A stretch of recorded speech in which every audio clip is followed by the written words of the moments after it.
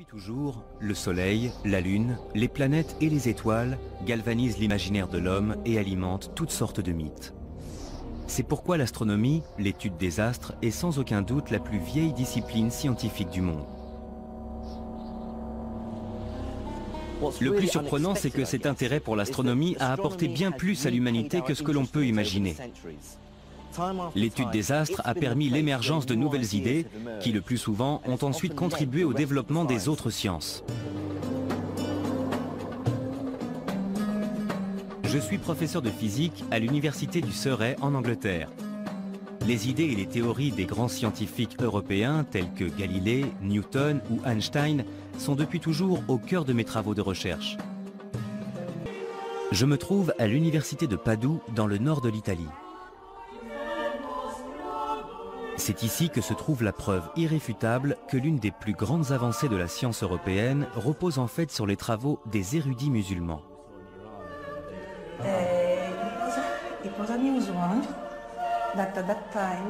L'astronome Luisa Pigotti me conduit jusqu'au sommet de cet observatoire datant du XVIIIe siècle.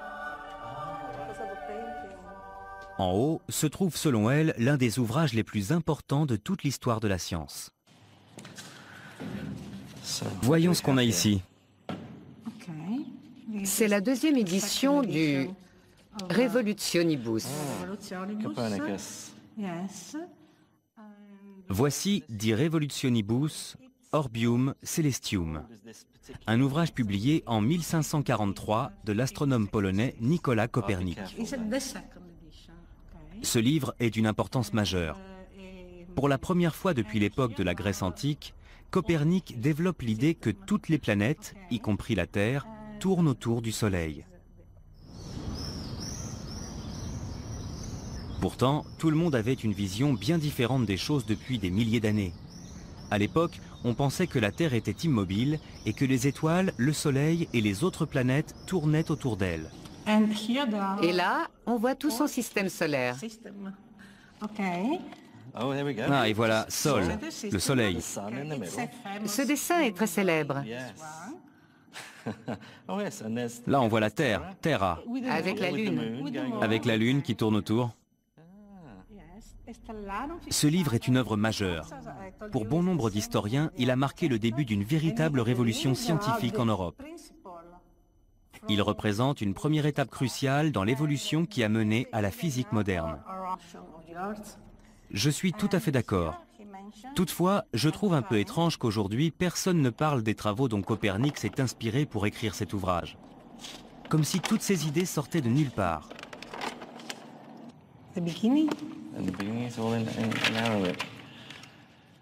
Pour moi, c'est donc comme une révélation, lorsqu'il indique de façon explicite qu'il s'est très largement basé sur les données d'observation d'un astronome musulman du IXe siècle. Un savant originaire de Damas nommé Al-Battani. Comme tous les grands scientifiques de l'islam médiéval, Al-Battani appartenait à une culture interdisant l'art figuratif.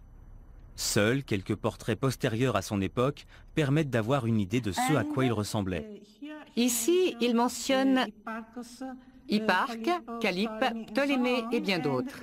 Et il fait aussi allusion à quelqu'un qu'il appelle Makhométi Aracensis, autrement dit Al-Battani. D'accord. Et dans le deuxième livre?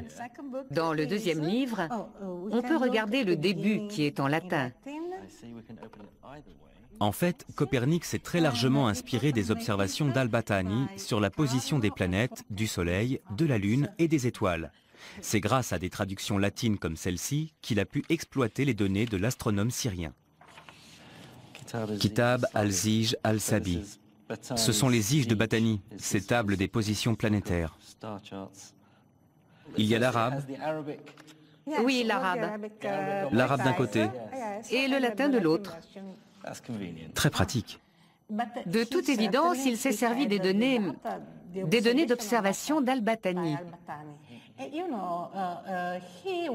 L'ouvrage de Copernic regorge d'allusions comme celle-ci à d'autres sources anciennes. Bien qu'Al-Battani soit le seul astronome musulman nommément cité par Copernic, de récentes recherches ont prouvé qu'il s'était également largement inspiré des travaux d'autres érudits de l'empire arabo-musulman. L'exemple le plus flagrant est l'utilisation par Copernic d'un principe mathématique découvert au XIIIe siècle par l'astronome Ed-Toucy, appelé le couple d'Ed-Toucy. De retour en Angleterre, je compare une copie de l'ouvrage Al-Tazkira fil ilmil el-Haya d'Ed-Toucy avec une autre édition du Revolutionibus de Copernic. Dedans se trouve le schéma du couple d'Ed-Toucy, et on retrouve presque exactement le même dans le livre de Copernic, à tel point que ce sont les mêmes lettres qui marquent les points sur les cercles. Sur la figure d'Ed-Toucy, on trouve le alif arabe qui correspond au A. Il y a un ba qui correspond au B, un jim ici qui correspond à notre J, et au centre un dal, c'est-à-dire D. Ce sont des similitudes très frappantes. Peut-être n'est-ce qu'une coïncidence, mais cette preuve semble tout de même irréfutable. Pour ma part, je suis intimement persuadé que Copernic s'est effectivement inspiré des travaux d'Ed-Toucy et des autres astronomes musulmans.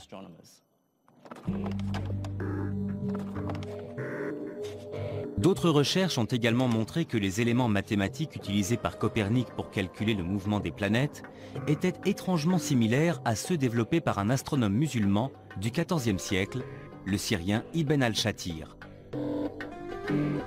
Pour certains historiens, ce n'est pas une coïncidence. C'est un avis totalement personnel, je n'en ai pas la preuve formelle. Mais pour moi, il semble, quand on analyse les travaux de Copernic, il semblerait qu'il travaillait à partir de schémas. Quelqu'un lui avait fourni les figures géométriques effectuées par Ibn al-Shatir pour résoudre le problème de la Lune, pour résoudre le problème des autres planètes, ou encore celui du mouvement de Mercure. Il disposait de ces schémas, et il a été suffisamment brillant pour réussir à les exploiter et mettre au jour la théorie qui se cachait derrière.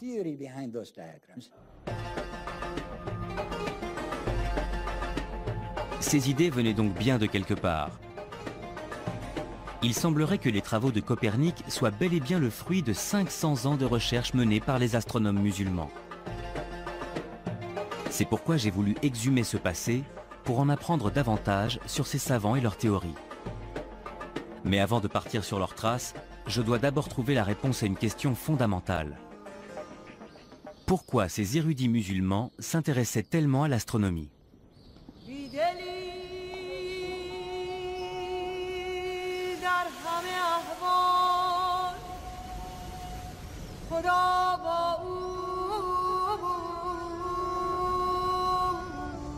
Voici la grande mosquée des Omeyyades de Damas, la capitale syrienne. C'est l'une des plus anciennes mosquées du monde. Ce que je m'apprête à découvrir ici est un véritable trésor. D'après le livre, il y aurait ici un cadran solaire au sommet du minaret à la russe, le minaret de la fiancée qui est là. Donc on va aller voir si c'est vrai ou pas. Je suis en compagnie du docteur Rim Turkmani, une astrophysicienne spécialiste de l'astronomie médiévale à l'Imperial College de Londres. Nous sommes à la recherche de l'un des cadrans solaires les plus précis du Moyen-Âge. Je suis d'autant plus impatient qu'il a été justement conçu par l'un des astronomes musulmans dont Copernic s'est si largement inspiré pour ses travaux, Ibn al-Shatir.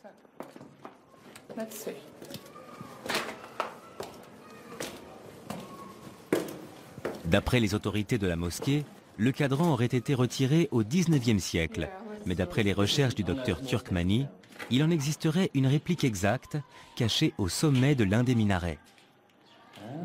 Nous ne sommes pas sur les traces de l'Arche d'Alliance, mais l'idée de redécouvrir un objet vieux de 150 ans est tout de même assez troublante. Vous reconnaissez quelque chose? Je vais regarder là.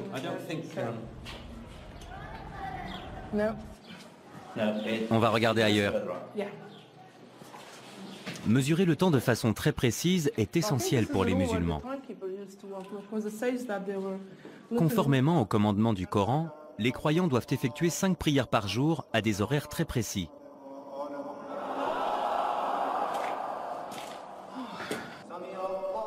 Une au lever du soleil, puis une à la mi-journée, une dans l'après-midi, une au coucher du soleil et une dernière lorsqu'il fait nuit. Depuis la naissance de l'islam, les cadrans solaires ont donc toujours été des objets indispensables dans les mosquées.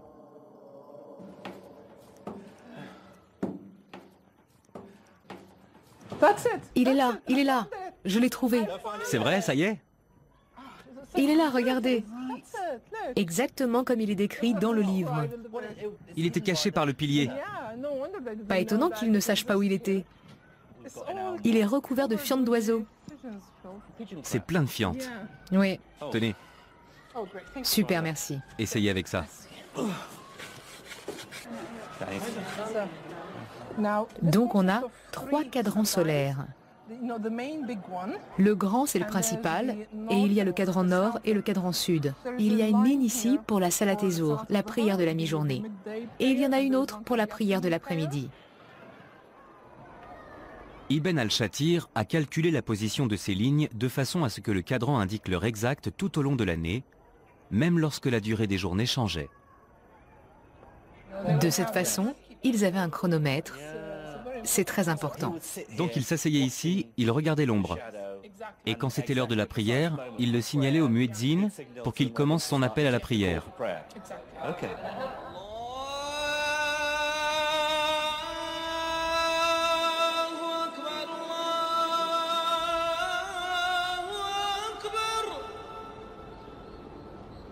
La précision à la minute près du cadran solaire d'Ibn al-Shatir prouve que dans l'Empire islamique, les savants observaient les corps célestes de façon extrêmement méticuleuse.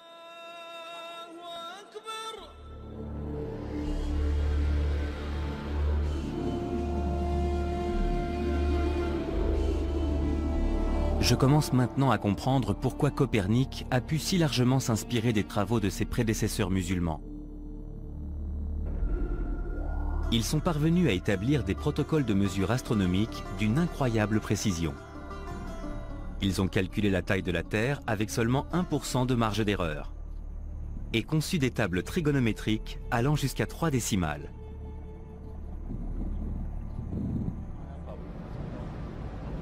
Plus tard, je retrouve le docteur Rim Turkmani sur le mont Kasyoun, qui domine Damas, pour qu'elle me parle de l'astronome musulman qui a réalisé ces observations très précises. Je veux en savoir davantage sur l'homme à l'origine des tables astronomiques et des données auxquelles Copernic fait explicitement référence dans ses travaux Al-Battani. Al-Battani est né en 858 dans le nord de la Turquie. Observer le ciel pour obtenir les mesures astronomiques les plus précises possibles était pour lui une véritable obsession. L'histoire raconte qu'Al-Battani avait l'habitude d'observer le ciel depuis cette montagne. C'était son observatoire. À partir de 877, Al-Battani se consacre à un projet qui lui prendra plus de 40 ans. D'abord depuis son observatoire de Raqqa, puis de celui de Damas. Il va observer le ciel pour tenter de déterminer la durée exacte d'une année orbitale. Voici une copie du manuscrit original. Je vais vous montrer le chapitre qui explique comment il a procédé pour calculer la durée de l'année. C'est le chapitre 27. D'abord, il commence par citer les données obtenues par les Égyptiens et les Babyloniens, et il donne le résultat auquel ils étaient arrivés. Les prédécesseurs d'Al-Battani avaient calculé qu'une année durait 365 jours, 6 heures et un peu plus de 10 minutes. Pour affiner ce calcul, Al-Battani va certes utiliser son ingéniosité, mais aussi cet objet, une sphère armillaire. Cet appareil lui permettait de mesurer les variations de l'ombre au cours de l'année. Grâce à ces informations, il a pu déterminer le jour précis de l'année où le jour et la nuit durent exactement le même laps de temps. Autrement dit, un équinoxe. Et il a ensuite refait les mêmes mesures pendant 40 ans. Mais ce n'est pas le plus intéressant. Il a ensuite consulté un manuscrit grec écrit 700 ans plus tôt et noté à quelle date précise de l'année son auteur avait lui aussi situé l'équinoxe. Il disposait ainsi de 2 données essentielles.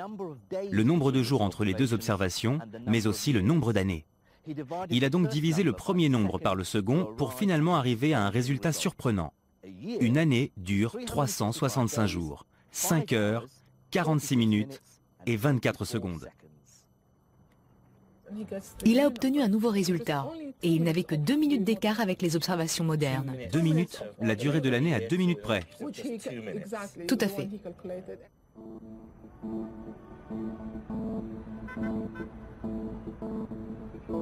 Le plus surprenant, c'est qu'Al-Battani ait pu arriver à un résultat aussi précis alors qu'il n'avait pas de télescope. Les seuls outils dont il disposait étaient une sphère armillaire, ses yeux et un astrolabe semblable à celui-ci. On bouge le pointeur comme ça, ensuite on pointe l'alidade vers l'étoile du Nord. Et ces petits pointeurs vont ensuite donner la position des autres étoiles et des planètes.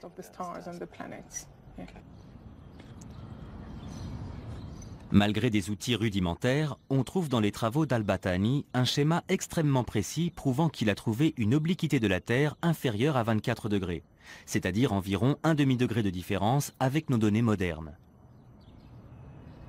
Et il ne s'est pas arrêté là. Il va réussir à mesurer les variations du diamètre solaire avec une telle précision qu'il va en arriver à une étonnante conclusion. La distance que l'on appelle apogée, et qui correspond au point de l'orbite du Soleil le plus éloigné de la Terre, varie en fait d'une année sur l'autre. Les tables d'Al-Battani sur la position du Soleil et de la Lune, auxquelles Copernic fera référence quelques 600 ans plus tard, vont également définir de nouveaux standards de précision. Al-Battani et ses confrères musulmans étaient donc bel et bien d'excellents observateurs. Et après, me direz-vous? Eh bien, leurs observations vont peu à peu les mener à se demander si la théorie des érudits grecs qui prévaut à l'époque, selon laquelle tous les astres tournent autour de la Terre, ne devrait finalement pas être remise en question.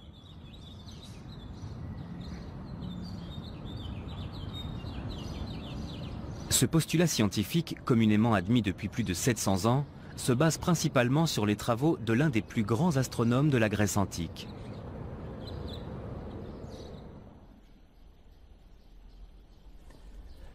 Claudius Ptolémaeus, ou Ptolémée, était un astronome grec qui vivait à Alexandrie au IIe siècle. Il a écrit l'un des textes les plus importants de l'astronomie, l'Almageste, un ouvrage qui reprend toutes les connaissances des savants grecs de l'époque sur le monde céleste. Ptolémée croyait que le Soleil, la Lune, les planètes et les étoiles étaient placés sur des sphères de cristal qui tournaient autour de la Terre. La Lune était sur la sphère la plus proche de la Terre, puis venait celle du Soleil et des autres planètes. Et enfin, il y avait une dernière sphère sur l'extérieur où l'on trouvait toute une série d'étoiles. Nous, les êtres humains, étions donc au centre de l'univers, et tous les astres étaient en rotation autour de la Terre. Mais Ptolémée va lui-même se rendre compte que cette vision mathématiquement idéalisée d'un univers organisé en sphères parfaitement concentriques n'est pas sans poser quelques problèmes. Notamment en ce qui concerne le mouvement circulaire des planètes. Lorsqu'elles bougent dans le ciel étoilé, leur vitesse est irrégulière. Elles apparaissent plus ou moins grosses et font même parfois un tour sur elles-mêmes. Ptolémée va tenter de justifier ce phénomène en expliquant que les planètes sont en fait installées sur des petites sphères appelées épicycles qui elles-mêmes tournent le long d'une plus grosse sphère, appelée le déférent. Selon lui, c'est ce qui explique pourquoi on a l'impression qu'elles changent de taille, mais aussi qu'elles changent parfois de direction. Malheureusement, cette théorie n'est pas totalement convaincante. Elle ne suffit pas à expliquer pourquoi le mouvement des planètes semble parfois plus ou moins rapide. Pour se dépêtrer de ce problème, Ptolémée va modifier son modèle du monde en ne centrant plus le déférent sur la Terre et en le faisant tourner autour d'un point excentré dans l'espace, l'équant. Mais les travaux des astronomes tels que Al-Battani allaient mettre en évidence les limites de la théorie de Ptolémée. Leurs observations méticuleuses suggèrent que même s'il existe bel et bien des déférents et un équant, le mouvement des astres ne correspond pas à cette vision de l'univers. Qu'est-ce que vous feriez si vous étiez un astronome vivant à Bagdad et que vous vous retrouviez face à de tels résultats? La première chose que vous vous diriez, c'est « la théorie grecque n'est pas aussi infaillible qu'on le prétend ». Et donc, ils vont se dire « si les valeurs fondamentales de la tradition astronomique des Grecs sur lesquelles nous nous basions se révèlent être fausses, alors quelles sont les autres valeurs qui le sont aussi ?» Ils commencent alors à remettre en question les bases fondamentales de l'astrologie, les fondements de l'astronomie et de la cosmologie de la tradition grecque. Ils vont effectivement se poser de nombreuses questions. Ce qui est frappant lorsqu'on consulte les écrits des érudits musulmans du IXe siècle, c'est l'utilisation de plus en plus fréquente du mot « shukuk », qui veut dire « doute ». Ces érudits ont montré qu'il fallait parfois savoir remettre en question des idées auxquelles tout le monde croyait aveuglément. Les doutes des savants musulmans sur l'astronomie grecque ont marqué le début du long processus qui allait finir par infirmer la théorie selon laquelle la Terre était au centre de l'univers. Douter demande beaucoup de courage et d'imagination. Mais ce que prouve surtout cette remise en question du savoir grec par les astronomes musulmans, c'est que le doute, ou shukuk, est justement ce qui permet à la science d'avancer.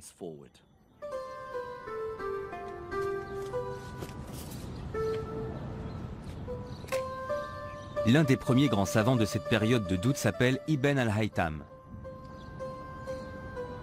Né en 965 de notre ère, il est originaire de Basra, en Irak. C'est l'un des premiers à avancer que les idées scientifiques ne peuvent être considérées comme vraies que lorsqu'elles reflètent la réalité et se vérifient d'un point de vue mathématique. Et lorsqu'il essaye d'appliquer ce rigoureux principe à l'astronomie de la Grèce antique, il comprend immédiatement qu'elle repose en réalité sur une contradiction fondamentale. D'un côté, la cosmologie grecque prétend que tous les corps célestes tournent autour du Soleil. Et de l'autre, Ptolémée prétend dans son Almageste que si l'on veut prévoir de façon mathématique les mouvements du Soleil et des étoiles, il faut d'abord considérer qu'ils tournent autour d'un point arbitraire, le fameux écoin. Ces deux affirmations se contredisent. Les astres ne peuvent pas être à la fois en rotation autour de la Terre et autour d'un point excentré. Pour Ibn al-Haytham, tout ceci n'avait strictement aucun sens. Au début du XIe siècle, il écrit un ouvrage intitulé Al-Shukuk, al-Batlamius, doute concernant Ptolémée. Dans ce manuscrit, il dissimule difficilement sa frustration et écrit « Le système de Ptolémée ne peut pas exister ». Ibn al-Haytham se dit « Tout ça est d'une totale absurdité.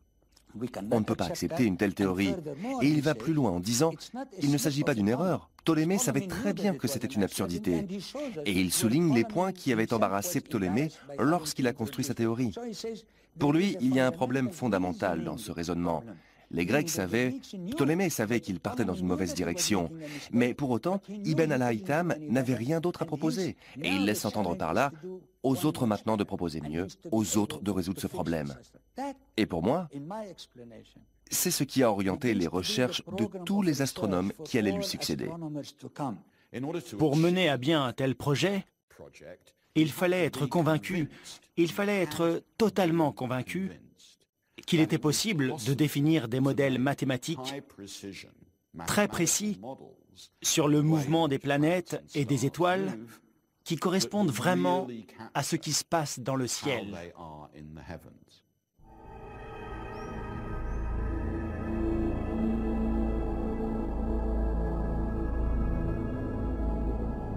Ibn al-Haytham vient de lancer un défi aux astronomes qui vont lui succéder.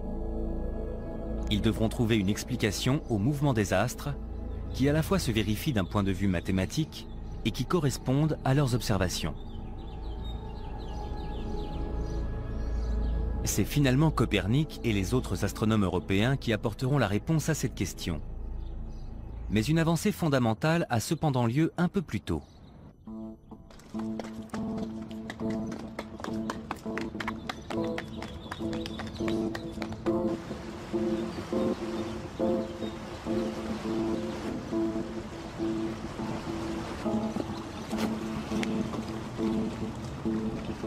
C'est au sommet de cette montagne, dans le nord de l'Iran, qu'avait élu domicile l'autre grand savant musulman qui allait influencer les travaux de Copernic, Nasir ed-Din et-Tusi.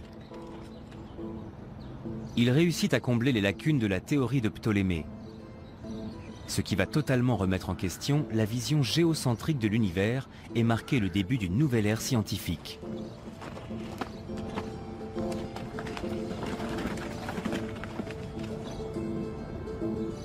Voici la forteresse d'Alamut, où et-Tusi s'était installé.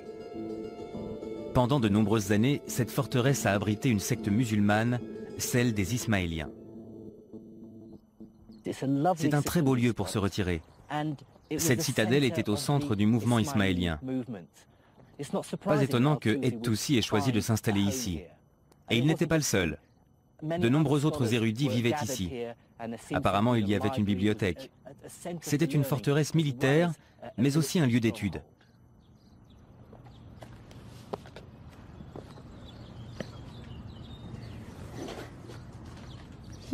Ici, c'est la porte principale, la porte nord de la forteresse d'Hassan ibn al-Sabah. De récentes fouilles archéologiques ont révélé la présence sous la citadelle de tout un dédale de pièces et de salles d'études taillées dans la pierre, mais aussi d'une mosquée et d'habitations où vivait cette extraordinaire communauté de scientifiques et de militaires.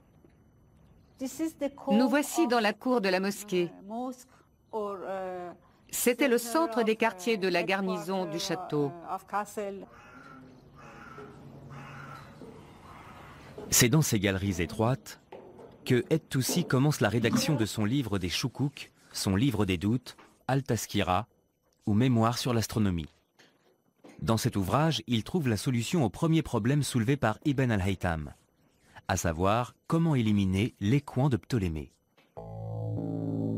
Au lieu de considérer une sphère en rotation autour d'un point quelconque dans l'espace, Het-Toussi imagine un couple de cercles imbriqués en rotation sur eux-mêmes, ce qui n'implique plus la nécessité d'un écoin. Ces deux cercles imbriqués resteront connus sous le nom de couple de Toussi, un modèle mathématique que l'on retrouvera 300 ans plus tard dans les travaux de Copernic.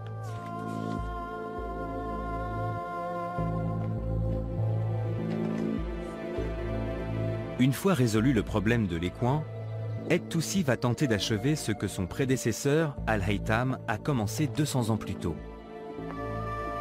C'est-à-dire définir un système mathématique et cohérent du mouvement des astres. Mais pour y parvenir, il doit pouvoir exploiter de meilleures données d'observation, ce qui nécessite un équipement plus important et plus performant que celui dont il dispose à Alamut. Survient alors un événement qui va bouleverser la vie d'Het-Toussi. L'invasion mongole.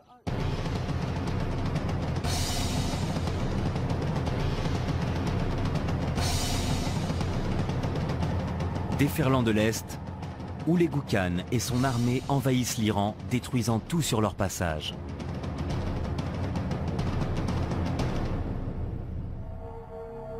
En 1225, les Mongols atteignent la forteresse d'Alamut et tentent de s'en emparer. Het-Toussi va alors déployer des trésors de diplomatie qui vont lui permettre d'échapper au massacre, mais aussi de satisfaire ses ambitions scientifiques. Il va rendre visite au chef mongol et profiter de sa profonde croyance en l'astrologie. En prétendant qu'il serait capable de lui prédire l'avenir à condition de disposer d'un nouvel équipement, Het-Toussi va réussir à se faire nommer astrologue personnel du Khan et à se faire construire à quelques centaines de kilomètres de là le plus grand observatoire qu'on ait jamais vu.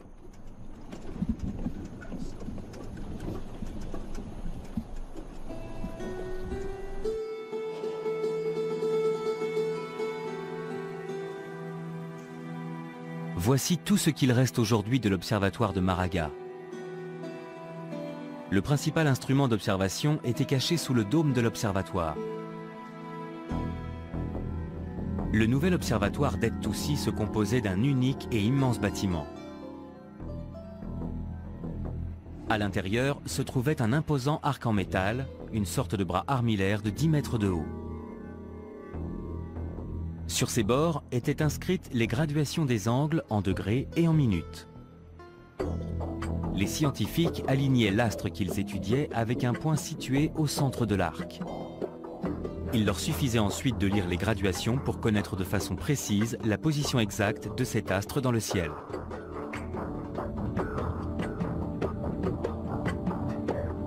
Le bâtiment principal était entouré de petits observatoires annexes, mais aussi de bibliothèques, de bureaux et d'habitations. L'observatoire disposait même de sa propre mosquée.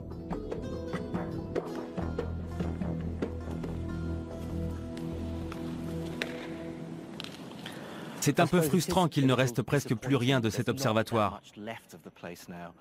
Il faut vraiment avoir de l'imagination pour se faire une idée de ce à quoi il ressemblait à l'époque. Ce qu'Etoussi a construit ici n'était ni plus ni moins que le plus grand observatoire du monde. Et il l'est resté pendant 300 ans. Et, tout comme n'importe quel institut moderne de recherche international, cet endroit a accueilli les plus grands astronomes du monde, des savants venus de très loin, du Maroc et même de Chine. Il devait vraiment régner ici une véritable effervescence.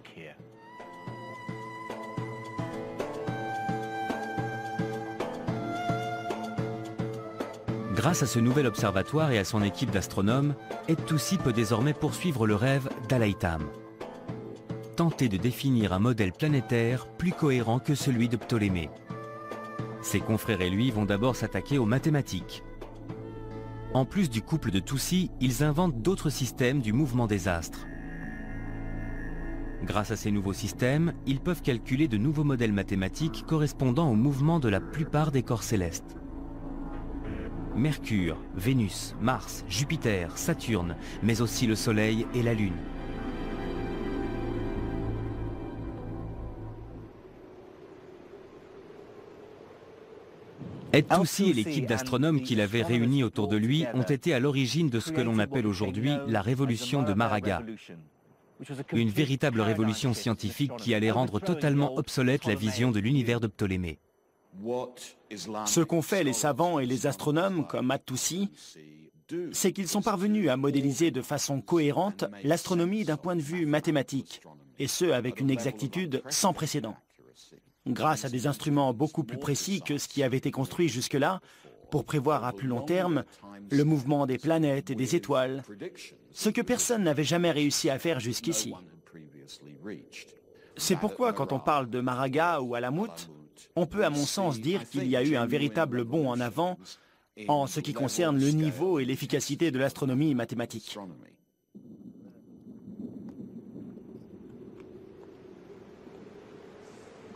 Mais il reste un problème à résoudre. Les nouveaux modèles se vérifient d'un point de vue mathématique et éliminent bel et bien la nécessité de l'écoin de Ptolémée. Mais ils continuent de placer la Terre au centre de l'univers. Ce qui complique inévitablement les descriptions du ciel données par les astronomes, puisqu'ils doivent considérer des épicycles, des déférents et des couples. Le cosmos ressemble alors à une sorte de boîte de vitesse géante.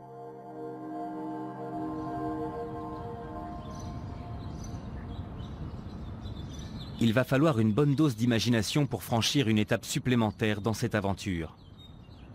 Et cette nouvelle étape va être franchie à 3200 km d'ici.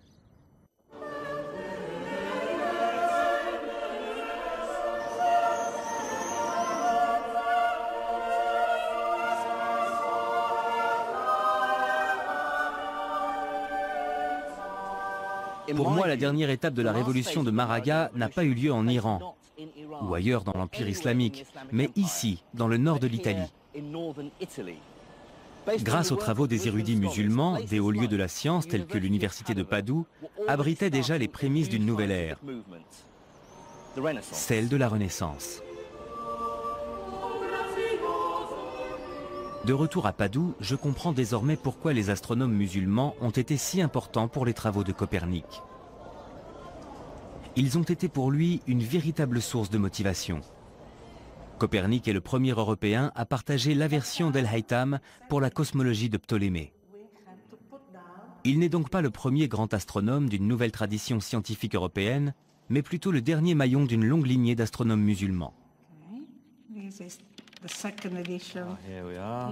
La plupart des modèles mathématiques complexes utilisés par Copernic pour établir son modèle planétaire héliocentrique, comme le couple de Toussi, sont en fait un héritage des astronomes musulmans. Mais ce que Copernic doit surtout à ses prédécesseurs musulmans, c'est cette volonté profonde d'apporter une cohérence mathématique à la cosmologie.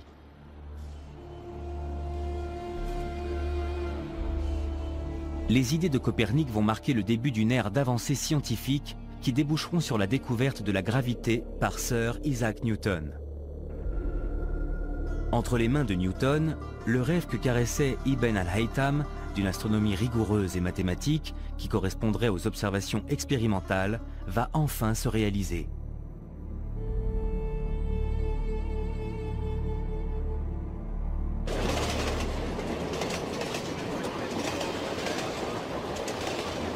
Mais cette histoire pose deux questions fondamentales.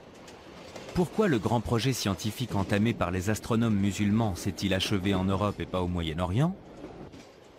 Et surtout, comment les connaissances des érudits musulmans ont-elles pu arriver jusqu'aux scientifiques européens?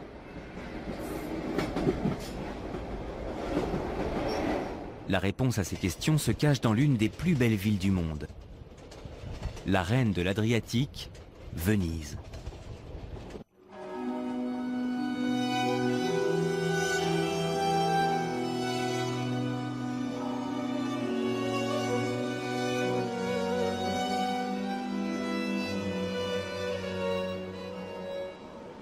Venise a été bâtie sur une lagune au large des côtes italiennes. Isolée du continent, ses lois et ses traditions étaient différentes de celles du reste de l'Europe. Comme le disait si bien Shakespeare, ce qui caractérisait Venise, c'était ses marchands et les relations de longue date qu'elle entretenait avec les morts. À la fois convoitée et admirée par les Arabes, elle a parfois été la cible d'actes de piraterie et de pillage. L'histoire raconte qu'en 828, deux marchands vénitiens ont dérobé les ossements d'un grand saint chrétien qui était conservé à Alexandrie, la rivale de Venise. Ces ossements étaient ceux de l'évangéliste Saint Marc et ils ont été ramenés ici, à la place Saint-Marc.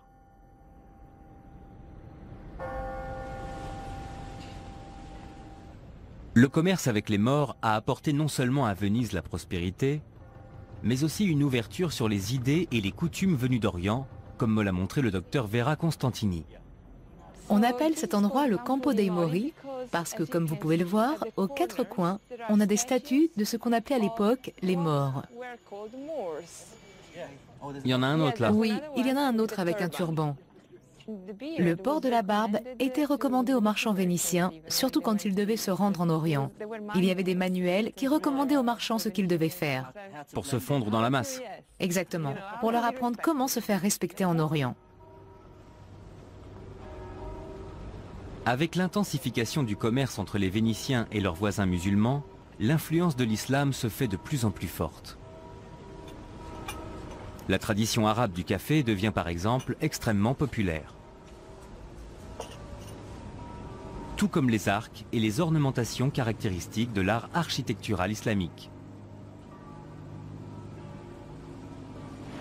Je voulais aussi vous montrer le palais Mastelli, le palais du chameau.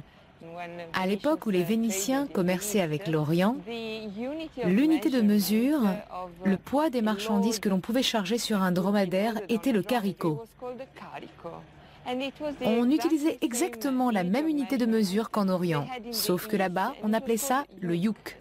Ce n'est pas une coïncidence Non, pas du tout. qu'ils aient importé cette unité.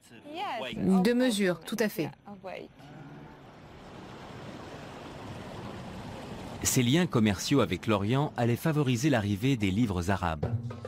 Le célèbre ouvrage sur l'algèbre datant du 9e siècle d'Al-Khwarizmi sera traduit en latin au 12e siècle. C'est également au cours de ce même siècle que les tables astronomiques font leur apparition. Le célèbre canon de la médecine d'Avicenne sera pour la première fois publié en Occident au 15e siècle.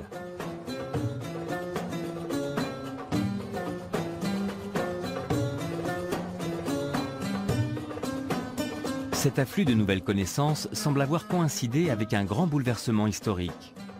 Le centre névralgique du monde scientifique se déplace peu à peu de l'empire musulman vers l'Europe. C'est là qu'auront lieu les plus grandes avancées à partir du XVe siècle.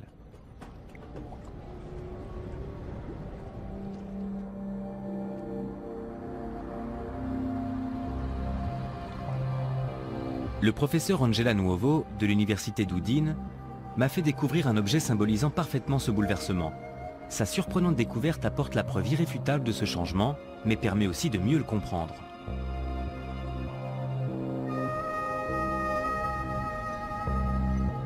Il y a 20 ans, dans cette bibliothèque située sur l'une des îles de Venise, Angela a découvert le dernier exemplaire d'un livre vieux de 500 ans. Qu'est-ce que vous avez ressenti? C'est une immense découverte. J'étais vraiment très émue. C'était au mois de juillet, il faisait très chaud, un peu comme aujourd'hui. Il faisait même plus chaud. Et pourtant, quand je l'ai trouvé, tout d'un coup, j'ai eu très froid. C'était vraiment un moment inoubliable. Cet été-là, Angela a découvert la première impression du livre saint des musulmans, le Coran.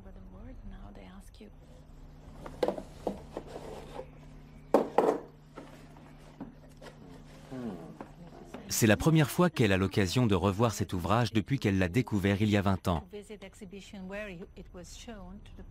Je suis très surpris que le premier exemplaire du Coran à avoir été imprimé l'ait été à Venise et non dans un pays de l'Empire arabo-musulman. Dès la première lecture, je m'aperçois immédiatement qu'il a été imprimé par des gens ne maîtrisant pas complètement l'arabe. Ce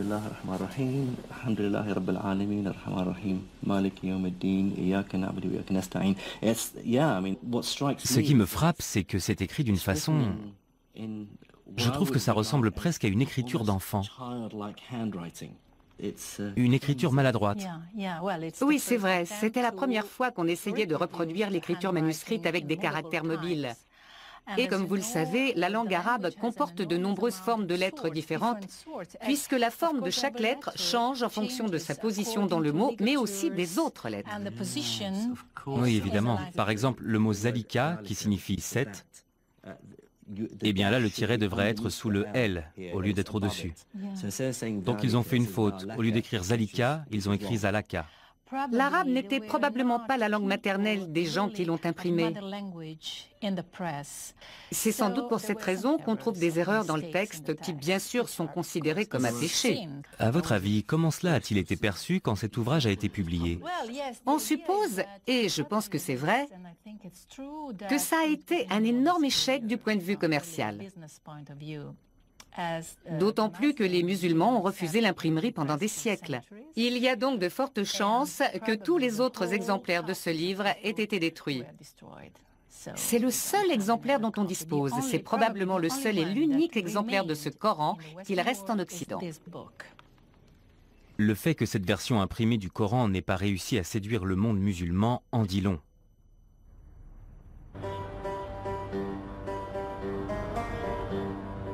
C'est justement la précision de la langue arabe qui avait permis le développement des sciences dans l'empire arabo-musulman 800 ans plus tôt. Grâce à plus de 70 formes de lettres différentes et aux nombreux signes graphiques indiquant la prononciation et le sens des mots, elle avait permis à tous les érudits de communiquer à travers une seule et même langue commune.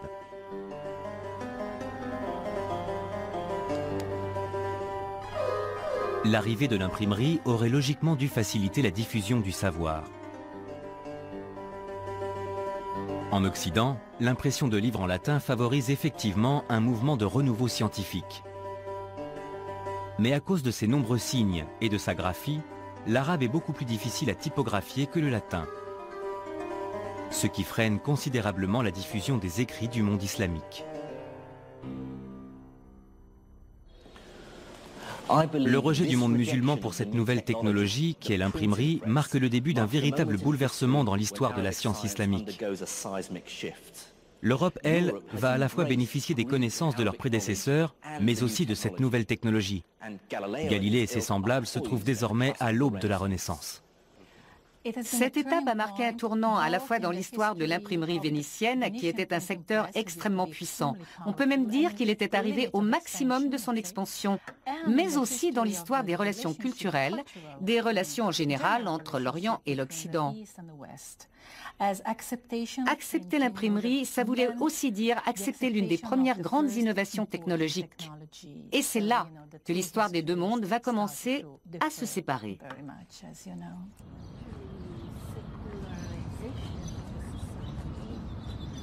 Ce rejet de l'imprimerie est l'une des raisons pour lesquelles le monde arabo-musulman va peu à peu perdre sa supériorité scientifique au détriment de l'Occident.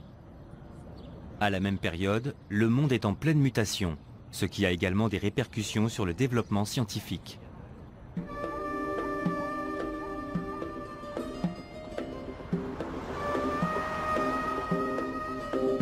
La principale raison de ce recul du développement scientifique est qu'à partir de la moitié du XIIIe siècle, l'empire arabo-musulman entre dans une phase de déclin. Il est en effet menacé de toutes parts par ses ennemis. Il doit notamment résister à l'invasion mongole venue de l'Est. En 1258, les Mongols envahissent Bagdad, la capitale de l'Empire. L'histoire raconte que pendant des jours, les eaux du Tigre et de l'Euphrate étaient noires à cause de l'encre de tous les livres qu'ils ont détruits. Mais l'Empire devait aussi résister à une menace venue de l'extrême ouest.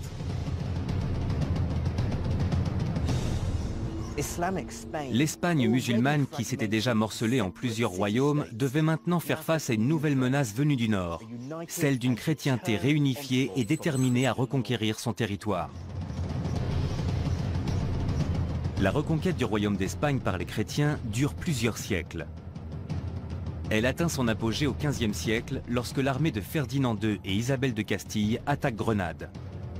En 1492, le dernier bastion musulman tombe aux mains des rois catholiques.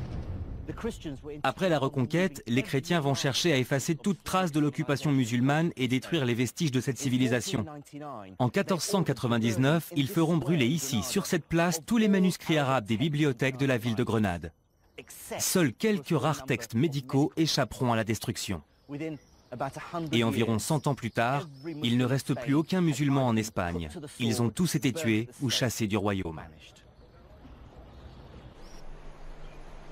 À la même époque, les chrétiens de l'Europe de l'Est se lancent à la reconquête de la Terre Sainte et partent en croisade contre l'islam.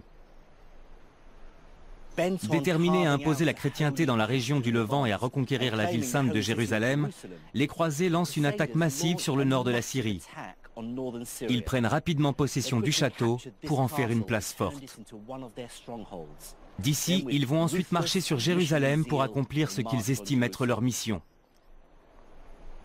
Face aux attaques de ses voisins, l'Empire s'effondre et se morcelle en plusieurs royaumes ennemis. Les Mamelouks, d'anciens esclaves, prennent le pouvoir en Égypte. Au XIIIe siècle, la dynastie berbère des Almohades contrôle le Maroc et l'Espagne. Et le nord de la Syrie et de l'Irak sont divisés en une multitude de petits royaumes. Mais pour la plupart des historiens, la principale raison de la fin de l'âge d'or de l'Empire arabo-musulman est un autre événement, survenu en 1492. Cette année-là, la géographie politique du monde est totalement bouleversée, lorsqu'un certain Christophe Colomb découvre les Amériques. Ce phénomène s'explique par la découverte du Nouveau Monde en 1492. La conséquence immédiate, c'est que d'énormes quantités d'or et d'argent vont venir remplir les coffres des familles royales de l'époque, qui vont ensuite avoir une politique impérialiste et établir des colonies un peu partout dans le monde. Développement scientifique rime donc avec puissance économique. Au cours du XVIe et du XVIIe siècle, les richesses, le pouvoir et donc le renouveau scientifique vont se concentrer en Italie et en Espagne, puis en Grande-Bretagne. Au XVIIe siècle, l'Angleterre se retrouve au centre du commerce maritime avec les Amériques et peut se permettre d'investir dans la science. C'est pourquoi le premier grand ouvrage scientifique, Principes mathématiques de philosophie naturelle d'Isaac Newton, qui explique le mouvement des astres, n'a pas été publié à Bagdad, mais à Londres. Pour réaliser ces travaux, il lui fallait des données extrêmement précises qui avaient été récoltées dans le monde entier. Il lui fallait une sorte d'inventaire mondial de données d'observation et de relevés. Il lui fallait la hauteur des marées, la position des comètes et des planètes, le rythme du balancier des pendules. Bref, c'était un projet à l'échelle mondiale, un travail absolument pharaonique. Et bien entendu, bon nombre de ces observations, de ces modèles mathématiques, avaient été développés au départ par les astronomes musulmans d'Égypte, du Proche-Orient et d'Asie centrale. Mais les musulmans vont subir un autre revers. Les guerres, l'isolement politique et religieux, mais aussi la perte de leur monopole commercial, vont peu à peu avoir raison de la richesse des nations musulmanes, ce qui va se répercuter dans le domaine scientifique. Mais cela ne suffit pourtant pas à expliquer pourquoi les travaux des érudits musulmans sont tombés dans l'oubli. Il ne faut en effet pas oublier que lorsque les Européens commencent à coloniser le Moyen-Orient et l'Asie, ils contribuent activement à répandre l'idée que les civilisations qu'ils trouvent à leur arrivée sont moribondes et en plein déclin. Il semble que les Anglais et les Français ont eu du mal à admettre l'idée de coloniser et de soumettre des civilisations dont les connaissances et le savoir scientifique avaient pu être aussi avancés que les leurs. Ils se sont donc évertués à donner une certaine image du monde musulman. Grosso modo, leur discours était « oui, cette civilisation a connu un âge d'or, ils ont eu de grands érudits et de grands philosophes, mais aujourd'hui, ils sont en plein déclin ». D'une certaine façon, ce point de vue leur permettait de rendre leur expansion et leur colonisation beaucoup plus acceptables sur le plan moral. L'une des évolutions les plus intéressantes, à mon avis, dans l'histoire des relations entre les Européens, entre l'Occident et les autres cultures, c'est qu'il y a eu une sorte de renversement de situation qui a eu des conséquences énormes et catastrophiques parmi les Européens. En particulier, quand ils ont commencé à se demander en quoi ils étaient supérieurs aux autres civilisations. Il ne faut pas oublier qu'ils avaient tendance à systématiquement considérer qu'ils étaient supérieurs au reste du monde. Donc, pendant très longtemps, tous les Européens, comme les Anglais par exemple, pensaient que leur supériorité résidait dans leur religion. Mais à partir du XVIIIe siècle, les choses commencent à changer. C'est-à-dire que les Européens ne vont plus considérer que leur supériorité réside dans leur religion, mais qu'elle réside dans leur niveau de connaissance scientifique et dans leur technologie. Un raisonnement qui va finalement donner naissance à la fameuse citation « Nous avons la mitrailleuse et pas eux ». Les Européens de cette époque voulaient bien plus ou moins admettre que par le passé, la civilisation musulmane avait par exemple effectivement été à l'origine de grandes avancées dans le domaine scientifique. Mais pour eux, cet âge d'or était terminé. Donc à leurs yeux, même l'astronomie musulmane et indienne contemporaine était perçue à tort comme étant très ancienne. Parce que si elles étaient très anciennes, ça voulait dire que les civilisations sur lesquelles ils prenaient le dessus étaient en plein déclin. Ce qui était tout à leur avantage. Pour certains spécialistes, les conséquences de cette vision des choses sur l'histoire de la science islamique se ressentent encore dans le monde musulman d'aujourd'hui. Le monde musulman et le monde arabe ignorent leur histoire, parce que cette histoire a été volontairement effacée pendant la colonisation.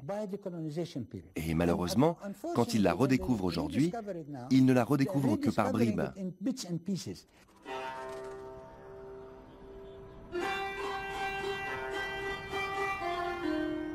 Voilà pourquoi aujourd'hui les grands observatoires des astronomes musulmans ne sont plus que des ruines. Et que tout le monde s'accorde à dire que l'Occident a été à l'origine des plus grandes avancées scientifiques de ces 4 derniers siècles. Mais cela ne veut pas pourtant dire que le monde arabo-musulman n'ait plus rien à apporter à la science. Certains pays mènent aujourd'hui des recherches scientifiques très pointues. Je me trouve à l'Institut Royan de Téhéran, un institut qui mène des recherches sur les cellules souches, mais aussi sur les traitements contre l'infertilité et le clonage.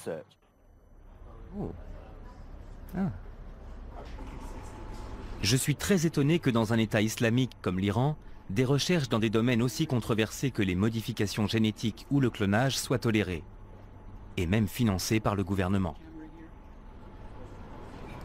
On utilise ces cellules lorsqu'une partie du cœur ne fonctionne plus, ce qui peut mener à une insuffisance cardiaque. Dans ce cas-là, on va alors remplacer les cellules de la partie déficiente du cœur par les cellules que l'on a clonées. On utilise également le clonage pour créer des animaux, dont le lait pourra par exemple avoir des vertus thérapeutiques, de façon à ce que le malade puisse se soigner en buvant le lait de cet animal. Étant donné la levée de boucliers provoquée par le génie génétique au sein de la communauté chrétienne, j'ai été très étonné de constater qu'ici, à Téhéran, l'Institut dispose d'un imam pour conseiller et guider les scientifiques dans leurs recherches. Et ici, à l'Institut Royan, nous avons un comité d'éthique médicale et chaque projet de programme de recherche est au préalable examiné par ce comité. Nous étudions les différents aspects des projets touchant au génie génétique ou à la culture de cellules souches pour pouvoir déterminer si ces recherches sont justifiées ou non et si elles sont acceptables d'un point de vue éthique. Je ne suis pas suffisamment expert en génétique pour pouvoir évaluer la qualité de ces recherches. Mais une chose est sûre, ici je me sens comme un poisson dans l'eau. Quelles que soient les divergences politiques et culturelles que l'on puisse avoir avec la République islamique d'Iran, je me suis tout de suite senti comme chez moi dans ce laboratoire au milieu de mes confrères iraniens. Les hommes n'ont aucune prise sur les lois de la nature. Les scientifiques de l'islam médiéval l'avaient bien compris et ont parfaitement su l'exprimer à travers leurs travaux. Au IXe siècle, Al-Khwarizmi a synthétisé les connaissances de la Grèce antique et de l'Inde pour donner naissance à une nouvelle forme de mathématiques, l'algèbre. Le scientifique Ibn Sina a été le premier à répertorier et à rassembler dans un seul et même ouvrage toutes les connaissances médicales de l'époque, contribuant ainsi à la naissance de la médecine en tant que discipline. Dans les montagnes reculées d'Iran, des astronomes comme Et-Toussi ont ouvert la voie aux scientifiques occidentaux qui utiliseraient leurs travaux des centaines d'années plus tard. La quête acharnée des scientifiques musulmans pour la vérité, quelle que soit son origine, est parfaitement résumée par Al-Kindi, un philosophe du IXe siècle qui a écrit « Nous ne devons pas avoir honte d'admirer la vérité et de l'accueillir d'où qu'elle vienne, car il n'y a rien de plus important pour celui qui cherche la vérité. Personne n'est avili par la vérité, au contraire, on est ennobli par elle. »